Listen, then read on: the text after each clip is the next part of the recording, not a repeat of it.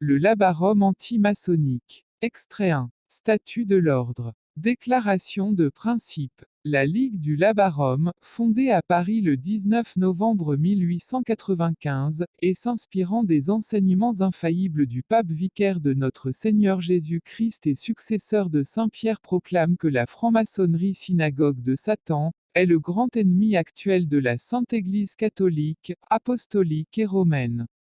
En conséquence, la Ligue, due à l'initiative de catholiques résolus à défendre leur Sainte Mère Église même au prix de leur sang, prend le titre de Ligue du Labarum anti-maçonnique, ordre catholique militant pour la défense de la foi, des droits et des biens de l'Église contre la franc-maçonnerie.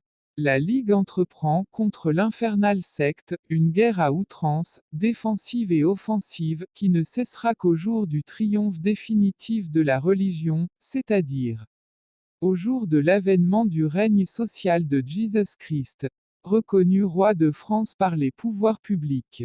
Les fondateurs de la Ligue, bien pénétrés des vérités lumineuses répandues sur le monde par l'immortel Encyclique Humanum Genius, ont considéré avec douleur l'immensité des maux et des ruines dont la franc-maçonnerie a été le principe pour l'humanité et pour l'Église catholique en général, et pour la France en particulier.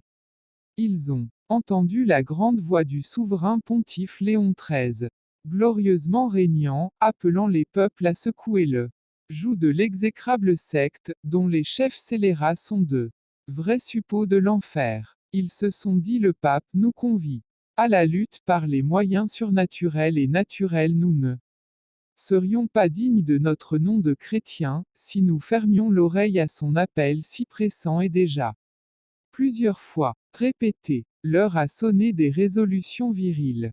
Le satanique ennemi a juré de détruire jusqu'au dernier vestige de la religion du Sauveur. Partout il avance, gagnant chaque jour du terrain et insultant tout ce que nous avons de sacré. Dans la joie de sa victoire, due à la mollesse des catholiques, qui sont pourtant le nombre et se laissent opprimer.